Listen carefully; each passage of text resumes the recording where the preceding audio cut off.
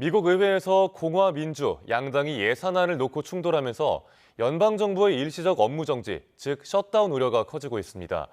도널드 트럼프 대통령이 아프가니스탄의 공군 기지를 돌려달라고 거듭 촉구하기도 했는데요. 국제부 연결해 자세한 내용 알아보겠습니다. 류재훈 기자, 정부 셧다운을 막기 위한 임시 예산안까지 부결이 됐는데 지금 어떤 상황인 겁니까? 네, 공화당과 민주당은 내년 예산을 놓고 큰 이견을 보이고 있습니다. 민주당은 트럼프 행정부가 삭감한 저소득층 장애인 대상 의료 서비스와 건강보험개혁법 예산의 복원을 원하지만 공화당은 이를 수용하지 않고 있습니다.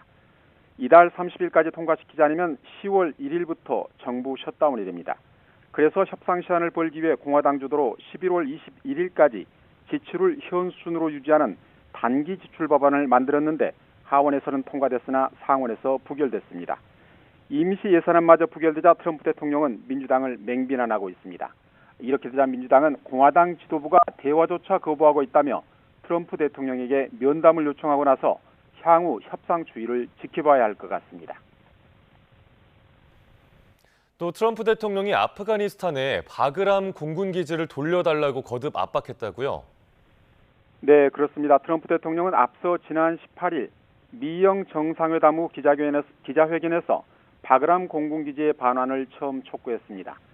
바그람 기지가 중국의 핵무기 제조 장소로부터 1시간 떨어진 곳에 있기 때문이라며 전략적 필요성을 설명하고 아프가니스탄과 문제를 풀기 위해 노력하고 있다고 설명한 바 있습니다. 트럼프 대통령은 이번에는 소셜미디어 트루스 소셜을 통해서 표현 수위를 높였습니다. 만약 아프가니스탄이 바그람 공군기지를 미국에 돌려주지 않는다면 나쁜 일들이 생길 것이라고 압박했습니다.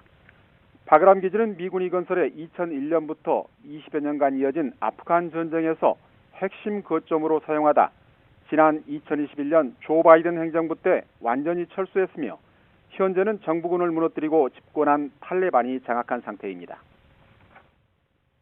또 그런가 하면 트럼프 대통령이 베네수엘라의 니콜라스 마두로 정권 교체를 추진하는 게 아니냐는 분석도 확산하고 있다고요?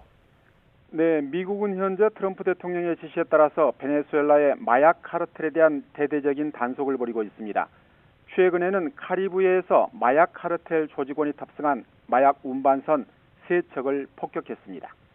미군은 카리브해에 핵 추진 고속 공격 잠수정과 이지스 구축함, 미사일 순양함 등을 배치했으며 베네수엘라와 인접한 푸에르토리코에도 F-35 전투기를 배치하고 미군 4,500명이 수륙 양용 훈련과 비행 작전을 실시하기도 했습니다. 미국은 마두로 대통령을 마약 카르텔의 배후로 규정하고 5천만 달러의 현상금을 건 상태이기도 한데요. 뉴욕타임스는 트럼프 대통령이 마약 카르텔과의 전쟁을 선포한 뒤 베네수엘라 인근에 병력을 배치한 목적은 단순한 마약 단속을 넘어서는 것으로 보인다고 보도하고 있습니다.